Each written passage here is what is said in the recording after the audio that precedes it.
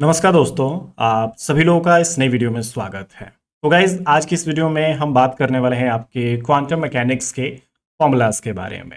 ये जो भी आपके फॉर्मूलाज हैं आप सभी के एग्जाम के लिए काफ़ी इंपॉर्टेंट है।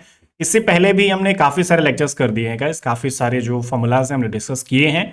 अगर आपने पिछली वीडियोज़ को नहीं देखा है तो चैनल पर जाके सारी वीडियोज़ को देख लीजिएगा, क्योंकि हर एक जो कॉन्सेप्ट हमने डिस्कस किया है थोड़ा सा डिटेल में उसको डिस्कस किया है, जिससे कि आपके जो क्वेश्चंस होंगे आसानी से सॉल्व होने लगेंगे। हर तरीके की चीजें भी हमने बताई है, जैसे कि आपका किस तरीके से क्वेश्चन सॉल्व करना है, कैसे आपका जो फॉर्मूला है उसको अप्लाई करना है, ये सारी चीजें हम डिस्कस करते हुए जा रहे हैं। ठीक है, तो जो भी वीडियोस हैं ये आपकी वीडियो है, पूरा लास्ट तक आप जरूर देखिए। जो भी हमारे फॉर्मूला रिवीजन की सीरीज चल रही है, एक भी जो आपका मिनट है वो मिस मत करिएगा, क्योंकि अगर आप छोटा सा भी पार्ट छोड़ते हैं हो सकता है कि उससे रिलेटेड आपका क्वेश्चन आ जाए और आपका कुछ मार्क्स वहां पे चला जाए। ठीक है, तो ये चीजें आप मत छोड़िएगा, ये गलती आप बिल्कुल भी मत करिएगा। ठीक है, चलिए वीडियो को स्टार्ट करते हैं। वीडियो को आप लोग लाइक कर दीजिएगा, चैनल पे अगर आप नए हैं तो सब्सक्राइब कर दीजिएगा गाइस। ठीक है, और आप लोगों में से बहुत सारे लोगों ने सब्सक्राइब नहीं किया, आप बस वीडियोस देखते हैं, तो सब्सक्राइब जरूर कर लीजिएगा, जिससे कि हमें भी थोड़ा सा बढ़िया लगेगा और आगे की जो वीडियोस है उनकी नोटिफिकेशन आपको मिलती रहेगी। ठीक है, और अगर आप हमारे कोर्सेज को ज्वाइन करना चाहते हैं गाइस,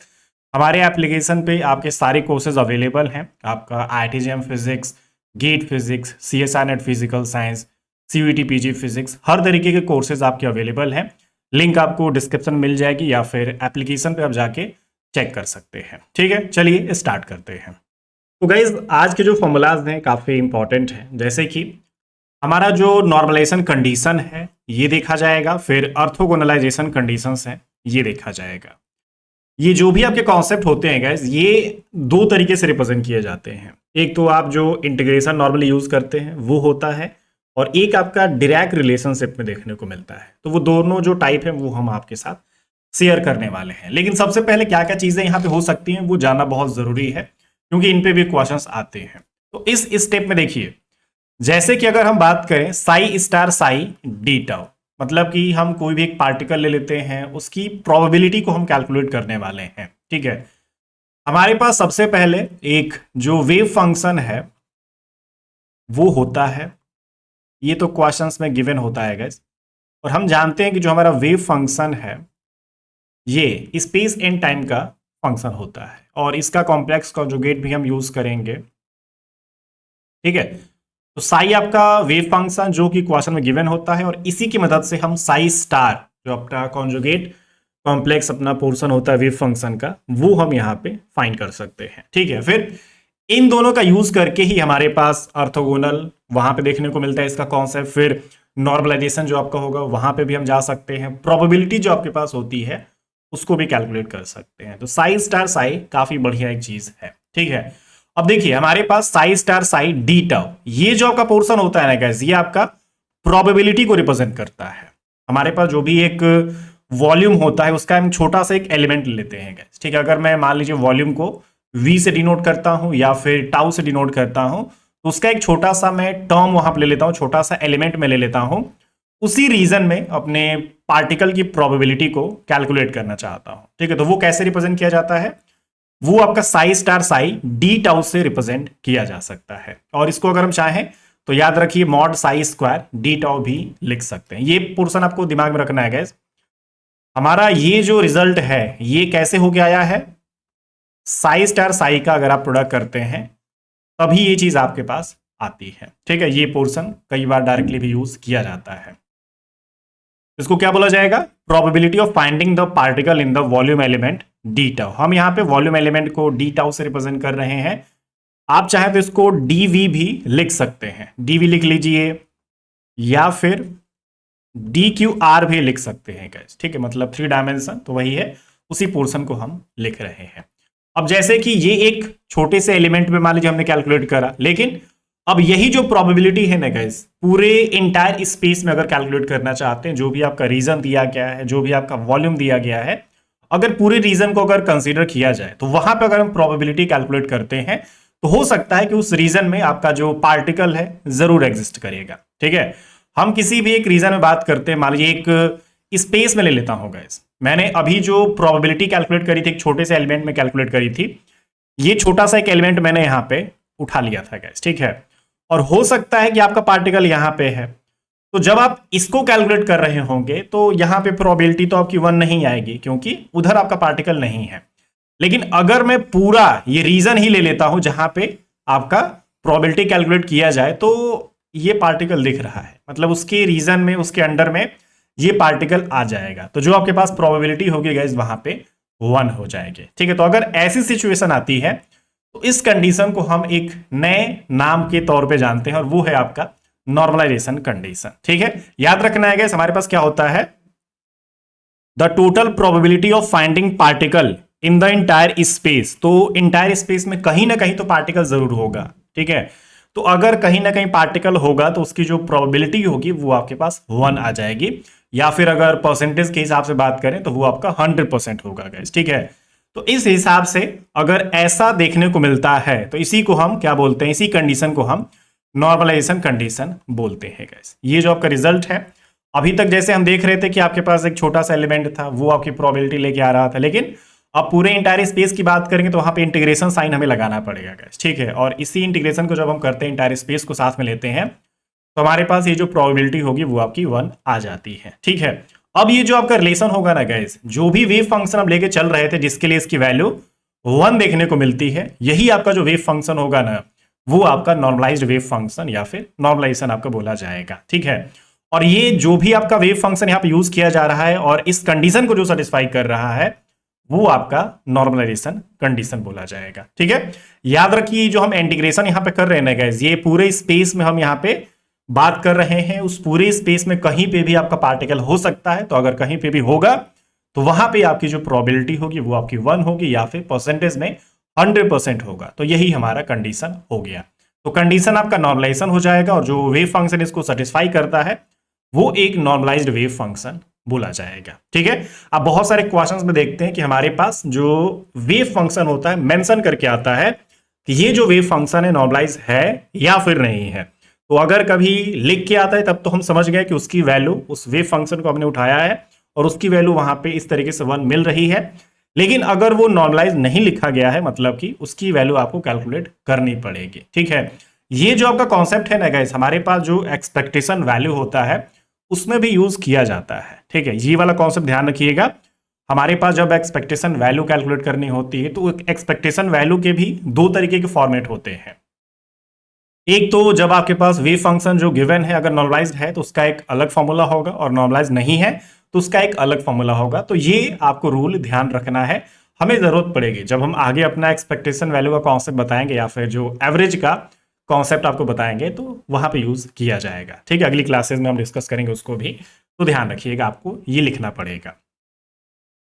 तो आपके पास ये जो इक्वेशन 1 है, थोड़ा सा चाहे तो स्पेस एंड टाइम के भी फॉर्म में रख सकते हैं, लिखा तो जा ही सकता है, इसमें तो कोई दिक्कत नहीं है। ठीक है, साई स्टार साई आपके पास जैसे है तो साई स्टार RT और psi RT D tau is equal to 1। तो ये जो भी आपके पास कंडीशन है नॉर्मलाइजेशन कंडीशन भूली जाएगी, और जो वेव फंक्शन है हम वो ही बोल सकते हैं गाइस कि इस इक्वेशन को जो वेव फंक्शन सेटिस्फाई कर रहा है वो नॉर्मलाइज्ड वेव फंक्शन होगा, या फिर नॉर्मलाइज्ड टू यूनिटी बोला जा सकता है। ठीक है, नॉर्मलाइज्ड टू यूनिटी भी आप बोल सकते हैं, ऐसा नहीं कि 1 हो रहा है तो बस वो कंडीशन ही होगा।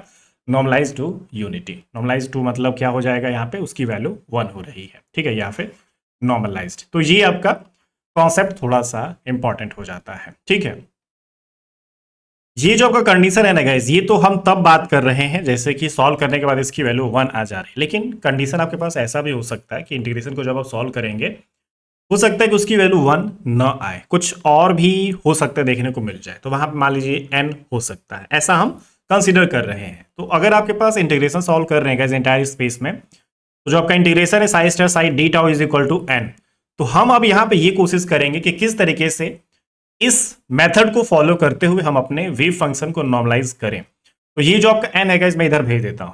ठीक है, आपका इधर 1/n यहाँ पे हो जाएगा integration psi star psi D tau is equal to 1। अब देखिए ये जो आपका 1/n है गाइस, इन दोनों के साथ एडजस्ट कर दूंगा मैं, वो अब कैसे हो सकता है, तो जो आपका 1/n है इसके 2 पार्ट आप कर दीजिए। ठीक है, अब ये जो दोनों पार्ट है एक आपका साई स्टार वाले के साथ रख दीजिए और एक आपका साई के साथ रख दीजिए। यहाँ पे 1/√n psi star 1/√n psi D tau is equal to 1। अब ये जो भी आपके पास ना ये 1/√n है, दोनों फंक्शंस के साथ आ चुका है।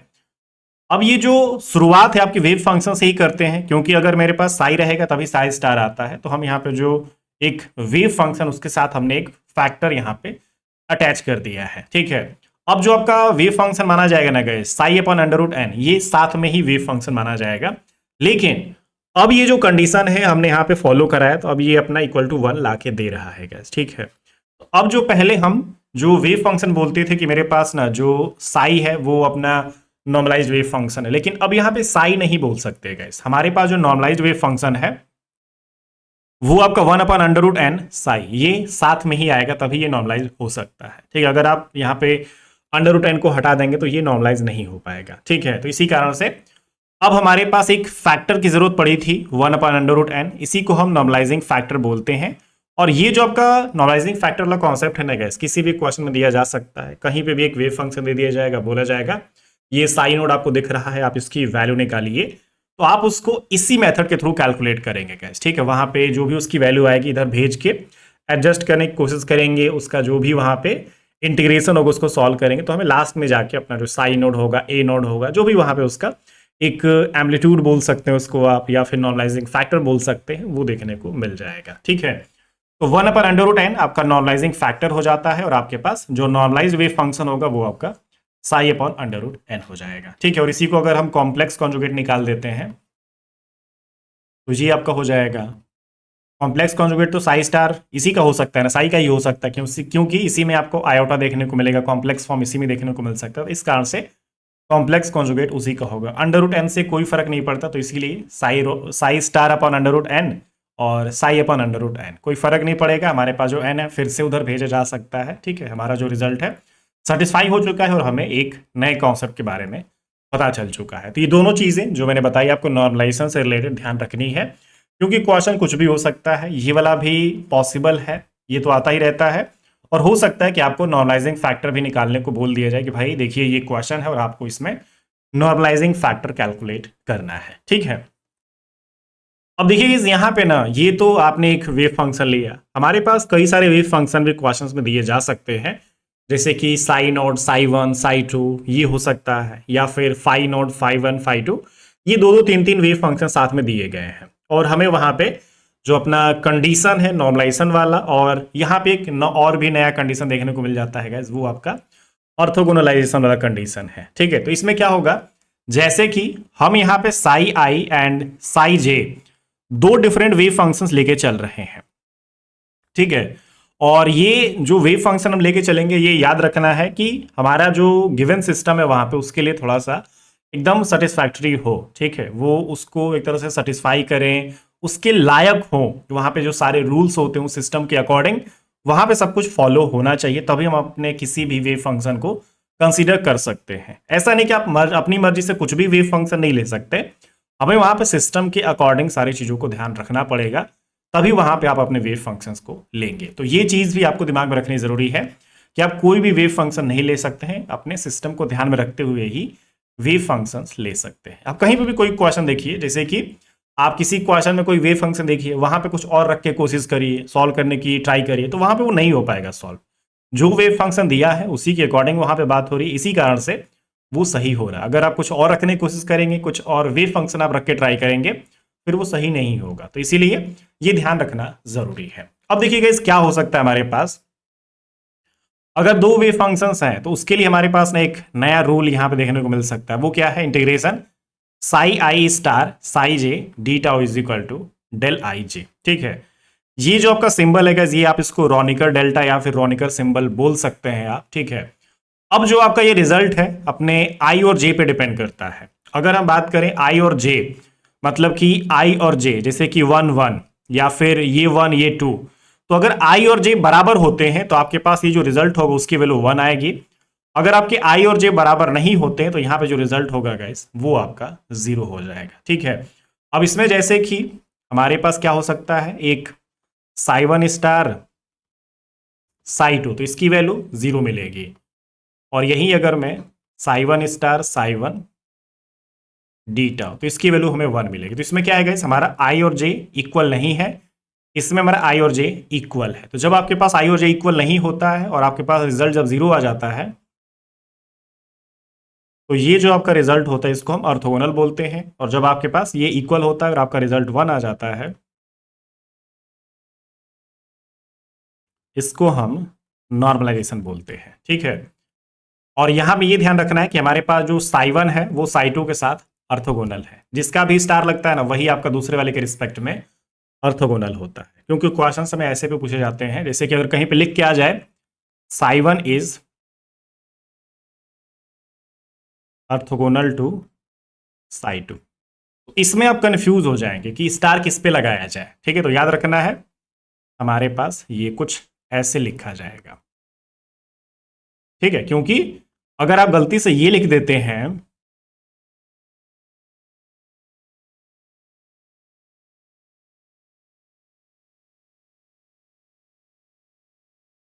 तो इसमें और इसमें फर्क है। ठीक है, तो ये चीज भी ध्यान रखना जरूरी है, क्योंकि क्वेश्चंस ऐसे भी आते हैं गैस।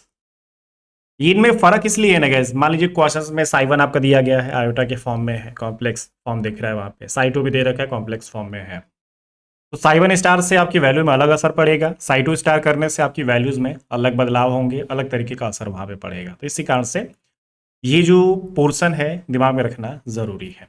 नेक्स्ट बात करते हैं गैस यहाँ पे डिरैक नोटेशन के बारे में। ये जो डिरैक नोटेशन है इसमें भी दो तरीके की चीजें होती हैं। एक आपका केट नोटेशन होता है, केट पार्ट यहाँ पे होता है, ठीक है, इसी का होता है वो पार्ट। और दूसरा आपका ब्रा नोटेशन होता है, या फिर ब्रा वाला स्टेट, ब्रा वाला पार्ट आप बोल सकते हैं उसको। ठीक है, देखिए इसमें होता क्या है, एनी स्टेट वेक्टर साई, जैसे कि आपके पास कोई भी एक वेव फंक्शन होता है तो आप वेव फंक्शन को एक स्टेट वेक्टर भी बोल सकते हैं। ठीक है, तो अगर कोई भी स्टेट वेक्टर है तो हम उसको चाहें तो केट नोटेशन के फॉर्म में कुछ ऐसा लिख सकते हैं। अगर नॉर्मल एक वेव फंक्शन है सिंपल एकदम, ठीक है, तो उसको आप बस केट फॉर्म में लिख सकते हैं, कोई फर्क नहीं पड़ेगा, कोई चेंजेस नहीं होंगे, जैसा का जैसा आपके पास वेव फंक्शन पहले था वैसे का वैसा अभी भी रहेगा। ठीक है, तो सिंपल एक वेव फंक्शन को आप ऐसे लिख सकते हैं, जिसको कि हम केट स्टेट बोलते हैं, या फिर केट नोटेशन आप इसको बोलते हैं। ठीक है, याद रहे वेव फंक्शन होगा तो इसको ऐसे लिखा जा सकता है। और ये जो आपके पास केट वाला नोटेशन है, इसी का कॉम्प्लेक्स कॉन्जुगेट भी एक होता है। क्यों हम कॉम्प्लेक्स कॉन्जुगेट यूज कर रहे हैं गैस, क्योंकि देखिए अभी जो हमने आपको कॉन्सेप्ट बताए इसमें आपको स्टार वाला भी पोर्शन दिख रहा है और आपका बिना स्टार वाला भी पोर्शन दिख रहा है।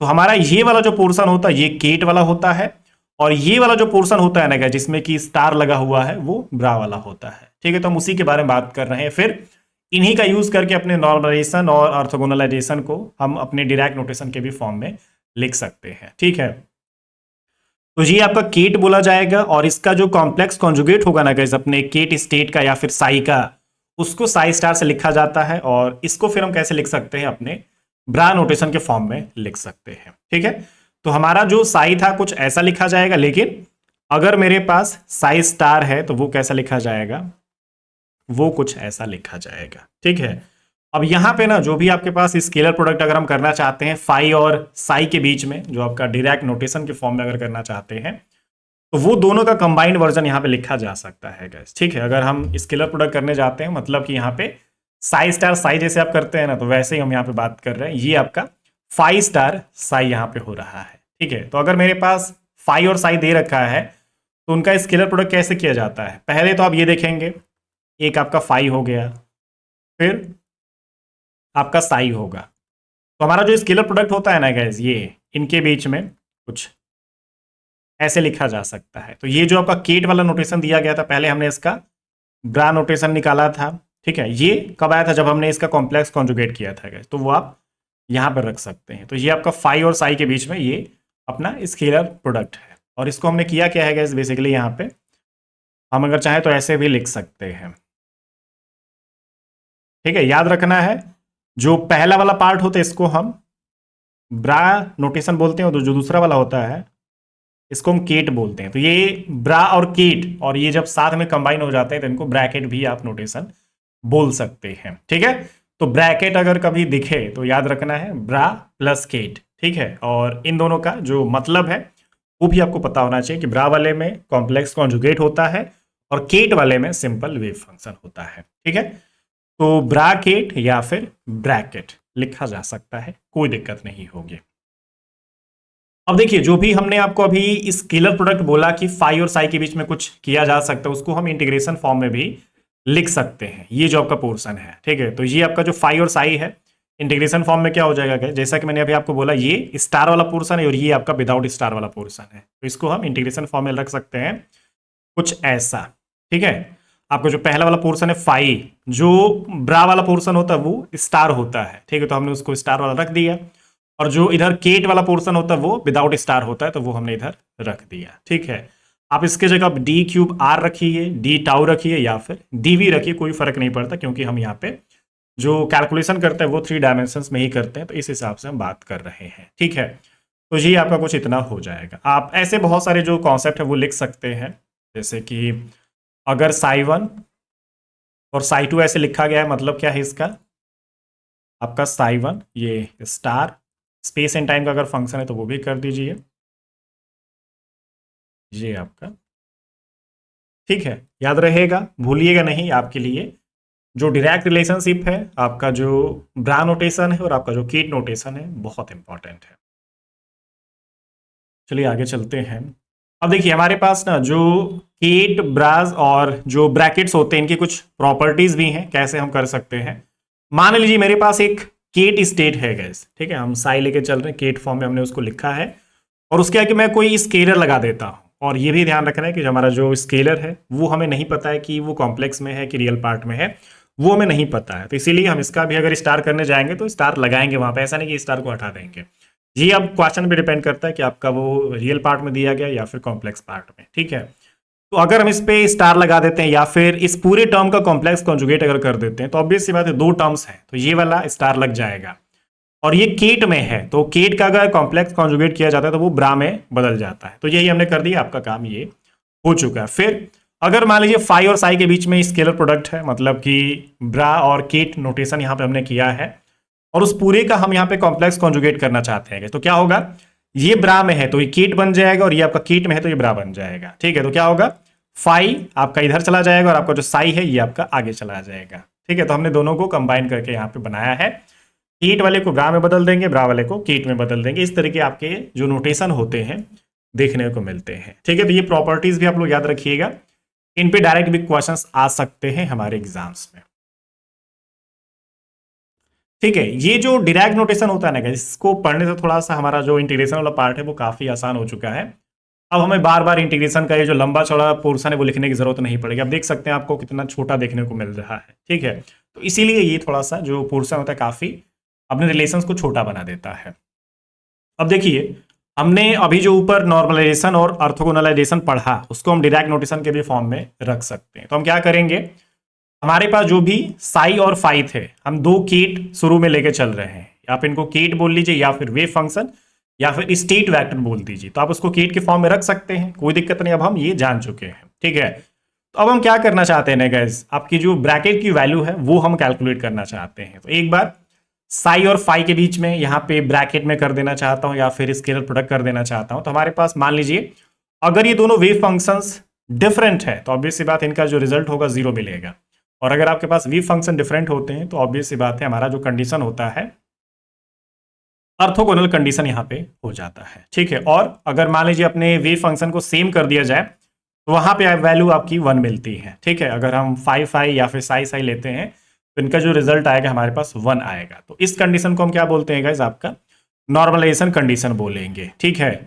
और ये भी देखिए हमारे पास जो साई और फाई है ये दोनों कंडीशंस को सेटिस्फाई करने में मदद कर रहे हैं हमारे। एक बार नॉर्मलाइजेशन भी आपको ये देखने को मिल रहा है यहाँ पे, और आपका जो ऑर्थोगोनल कंडीशन है वो भी देखने को मिल रहा है। तो अगर ये दोनों कंडीशंस को सेटिस्फाई करने में मदद कर रही हैं तो आप इनको कंबाइन करके भी एक कंडीशन बोल सकते हैं। वो आपका क्या है, ऑर्थोगोनल में से ऑर्थो उठा लीजिए और नॉर्मलाइजेशन में से नॉर्मल, ठीक है ना, जो आपका नॉर्मल वाला पोर्शन वो उठा लीजिए, तो आपके पास क्या हो जाएगा, ऑर्थो नॉर्मल। तो आपके पास एक जो नई कंडीशन मिल के आती है वो है आपकी ऑर्थो नॉर्मल हो जाती है। तो अगर आपके पास कोई भी एक वेव फंक्शन है या फिर 2 वेव फंक्शंस हैं, अगर ऑर्थो नॉर्मल है मतलब कि वहां पे ऑर्थोगोनल कंडीशन भी हम यूज कर रहे हैं और वहां पे जो आपका नॉर्मलाइजेशन कंडीशन है वो भी यूज कर रहे हैं, ये दोनों पार्ट कुछ इस तरीके से देखने को मिल जाएंगे। तो मिस मत करिएगा, इन्हीं पे सारे क्वेश्चंस आपके आराम से हो जाएंगे।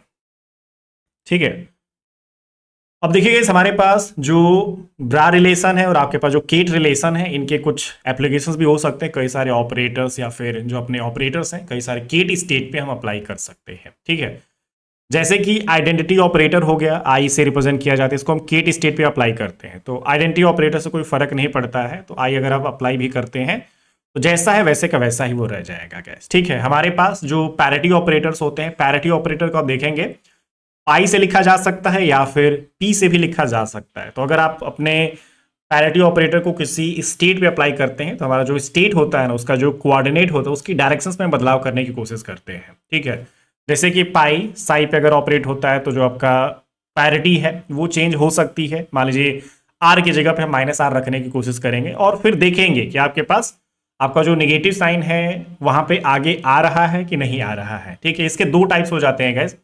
जैसे कि इवन पैरिटी के लिए अगर आप अपने स्टेट पे अप्लाई करते हैं, केट स्टेट पे जब पैरिटी ऑपरेटर अप्लाई किया जाता है और हम आर की जगह पे माइनस आर रखने की कोशिश करते हैं, ठीक है, तो आपके पास जो रिजल्ट होता है ना गाइस, वो चेंज नहीं होता है। मतलब साई आर पहले जैसा था वहां पे अभी भी साई आर ही है, हम माइनस आर भले ही रखें लेकिन फिर वो कुछ भी चेंज नहीं हुआ है। तो अगर आपको पॉजिटिव देखने को मिलता है ना, अगर यहाँ पॉजिटिव है तो ये इवन पैरिटी हो जाता है। ठीक है, और अगर आप फिर से मान लीजिए अपना पैरिटी ऑपरेटर लगाते हैं और अगर आप आर को माइनस आर करते हैं, लेकिन इस बार ऐसा नहीं होता है, हमारे पास ऐसा भी कंडीशन आएगा जब आपका वहां पे निगेटिव साइन बाहर आ जाता है। ठीक है, तो जब आपके पास निगेटिव साइन अपने स्टेट के बाहर देखने को मिल जाए या फिर कॉमन के तौर पे देखने को मिल जाए, तो इससे हम पता कर सकते हैं कि ये जो पैरिटी है ना गाइस, वो एक ऑड पैरिटी है। ठीक है, तो जब आपका पॉजिटिव होगा तो इवन पैरिटी, और जब आपके पास निगेटिव होता है तो वो आपका ऑड पैरिटी वहां पे हो जाता है। ठीक है, तो इवन और ऑड पैरिटी के बारे में बढ़िया से एकदम दिमाग में सारी चीजों को रखिएगा। इसको आप चाहे तो ऐसे भी बोल सकते हैं गैस। ठीक है, ये प्लस माइनस ये आपका है। ठीक है, तो ये पहला वाला जो है इवन पैरिटी को रिप्रेजेंट करेगा और जो दूसरा वाला है ये आपके ऑड पैरिटी को रिप्रेजेंट कर रहा होगा। हमारा जो मोमेंटम ऑपरेटर है वो भी चाहे तो अप्लाई कर सकते हैं गाइस। जैसे कि मोमेंटम ऑपरेटर हो गया पी एक्स, मैं एक कंपोनेंट लेके चल रहा हूँ मोमेंटम ऑपरेटर का, फर्स्ट वाला। ठीक है, तो पी एक्स की वैल्यू क्या हो जाएगी, minus I H cross del upon del X अपने पास हो जाएगा, और स्टेट वेक्टर जो भी है वैसे का वैसा रख दीजिए, आप उसको अप्लाई कर दीजिए। एनर्जी ऑपरेटर की बात करते हैं, एच लिख लीजिए या फिर ई लिख लीजिए, कोई फर्क नहीं पड़ता हमारे पास। ठीक है, अपने स्टेट वेक्टर पे अप्लाई कर सकते हैं। तो एनर्जी ऑपरेटर की जो भी वैल्यू है I H cross del upon del T, और यहाँ पे जो आपका साई स्टेट वेक्टर है वो आप ऐसे रख दीजिए। ठीक है, अगर हम लैप्लासियन ऑपरेटर की बात करते हैं गाइस, तो डेल स्क्वायर से रिप्रेजेंट किया जाता है, और ये जो डेल स्क्वायर है इसमें del square upon del X square, del square upon del Y square, del square upon del Z square, तो इसके तीन कंपोनेंट है, ऐसे हम सेपरेट कर सकते हैं। और आपका जो स्टेट वेक्टर, इस पर कोई फर्क नहीं पड़ेगा, जैसा आपका वेव फंक्शन दिया जाएगा उसी हिसाब से आप एक्स के रिस्पेक्ट में 2 बार, वाई के रिस्पेक्ट में 2 बार और जेड के रिस्पेक्ट में 2 बार अपना डिफरेंशिएशन करके चाहे तो ऐड कर सकते हैं। ठीक है, हमारे पास बहुत बार पोजीशन ऑपरेटर भी दिया जाता है गाइस, तो पोजीशन ऑपरेटर का ना अपने वेव फंक्शन पे कोई भी फर्क नहीं पड़ता। अगर पोजीशन ऑपरेटर अगर आप अप्लाई करने जाते भी हैं तो वेव फंक्शन के साथ वो मल्टीप्लाई हो जाता है, क्योंकि ये ऑपरेट करने के लिए नहीं बना है, बस साथ में मल्टीप्लाई हो जाता है, वेव फंक्शन के साथ ये चिपक जाता है। ठीक है, तो पोजीशन ऑपरेटर भी बहुत सारे क्वेश्चंस पे यूज होता है, तो याद रखना है हमें अप्लाई करने के लिए कुछ भी वहां पे बचा नहीं है, वो बस उसके साथ मल्टीप्लाई हो जाएगा। तो अगर आपका एक्स है तो एक्स अपने वेव फंक्शन के साथ आ जाएगा, अगर वाई है तो वाई भी वहां पे वेव फंक्शन के साथ जा सकता है। ठीक है, तो ये सब आपके जो ऑपरेटर्स हो गए, आपके डायरेक्ट नोटेशन है, दिमाग में रखिएगा, आपके क्वेश्चंस यहीं से हो जाएंगे। अगर आप इसको फॉलो करते हैं ना गाइस, तो आपके बहुत सारे ऐसे क्वेश्चंस हैं जो आपके पेपर वाले अब हो जाएंगे, अब आपको कहीं पे भी कोई दिक्कत नहीं आएगी। ठीक है, तो आप इंटीग्रेशन वाले फॉर्म की जो सारी चीजें हैं वो ध्यान रखिए, और आपके पास जो डायरेक्ट नोटेशन है वो वाले सारे फॉर्म की चीजों को भी ध्यान रखिए, आपका काम हो जाएगा। ठीक है, क्योंकि हर तरीके के जो क्वेश्चंस हैं, आपके एक्सपेक्टेशन वैल्यू वाले, आपके नॉर्मलाइजेशन वाले, आपके ऑर्थोगोनलाइजेशन वाले, हर जगह ये कॉन्सेप्ट आपका यूज किया जाता है। ठीक है, आपका जो एक्सपेक्टेशन वैल्यू वाला कॉन्सेप्ट है अगली क्लास में हम बात करेंगे। ठीक है, उसको बढ़िया से मैं आपको समझाऊंगा किस तरीके से वहां पे किया जाता है। हर तरीके की जो चीजें होंगी, अगर आपका वेव फंक्शन नॉर्मलाइज है तो भी मैं वो आपको बताऊंगा, और नॉर्मलाइज नहीं है तो भी मैं आपको उसका फॉर्मूला बताऊंगा। ठीक है, और किस तरीके से आपके क्वेश्चन सॉल्व होंगे वो सारी चीजें भी मैं आपको बताऊंगा। ठीक है, तो यहां तक सब कुछ कंप्लीट कर लीजिए, अगली क्लास में आगे बात करेंगे। और जो भी आपकी चीज़ें होंगी उसको थोड़ा सा बढ़िया से और क्लियर करेंगे। ठीक है, ये देख लीजिए, जो भी आपको चीज़ें अगर नहीं समझ में आती हैं तो कमेंट कर लीजिएगा, कुछ भी डाउट होगा तो पूछ लीजिएगा। ठीक है, अगली क्लास में हम नए नए कॉन्सेप्ट के साथ बात करेंगे। ठीक है, चलिए मिलते हैं अगली क्लास में, लेकिन वीडियो को लाइक कर दीजिएगा, चैनल पर अगर आप नए हैं तो चैनल को सब्सक्राइब कर दीजिएगा, और हमारे कोर्सेज को ज्वाइन करने के लिए गाइस हमारा जो एप्लीकेशन है राज फिजिक्स ट्यूटोरियल्स, आप उसको डाउनलोड करके ज्वाइन कर सकते हैं हमारे कोर्सेज को। ठीक है, चलिए, थैंक यू सो मच।